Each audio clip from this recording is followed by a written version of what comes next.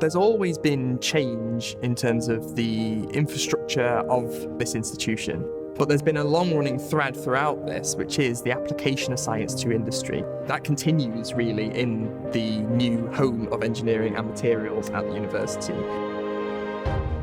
I'm Dr. Grant Collier, and I'm Heritage Officer at the University of Manchester. So we think about Manchester in the early 19th century, and it's rapidly industrialising. We have the Industrial Revolution taking place in Britain at this time. And at that time in Manchester, a group of wealthy founders come together to form a mechanics institute. Now, this isn't the first mechanics institute in Britain, but it is the first purpose-built mechanics institute.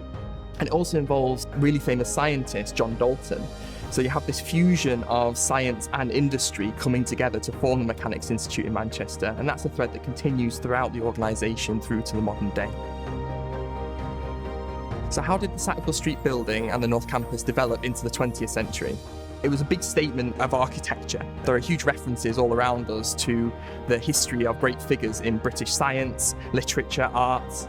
And from here, they continue to work with industry on things which are really important. One of the first tests of staff and students in the Sackville Street building was the First World War in 1914. Many of the students and staff were called away to fight in the war, but those who remain work on a huge range of projects. In the Second World War, again, there's a similar contribution to the war effort. And in fact, the Sackville Street building was hit in 1940 during the Christmas Blitz. The bomb hit the chemical laboratory, but fortunately went through the floor and detonated in the lower areas of the building, probably saving the whole building from complete annihilation, really. So from 1905, that founding point of the building, this organisation had a relationship with the university down the road. It was the Faculty of Technology for the Victoria University of Manchester, but they wanted to have an independent university status, and they gained that in 1956.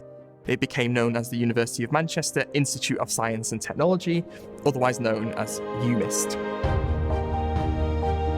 In that 1950s, 60s and 70s period is when we have all of the modernist buildings put up, and these buildings were in a brutalist style, they were modern, and they were forged in that sort of white-hot heat of technology which was capturing Britain in the 1960s. From there, the next big development of the campus was the campus redevelopment programme in the 1990s, and that's where a lot of the sculptures that we see around the campus were put in place, such as the Technology Arch, the Archimedes statue, and things like a monument to Vimto, which remain popular parts of the public realm of the city today.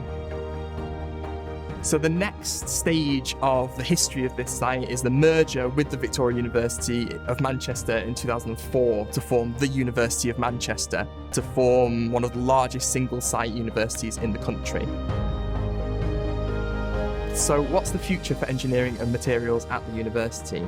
The emphasis is on collaboration, whereas in the North Campus we had different disciplines growing up in separate buildings.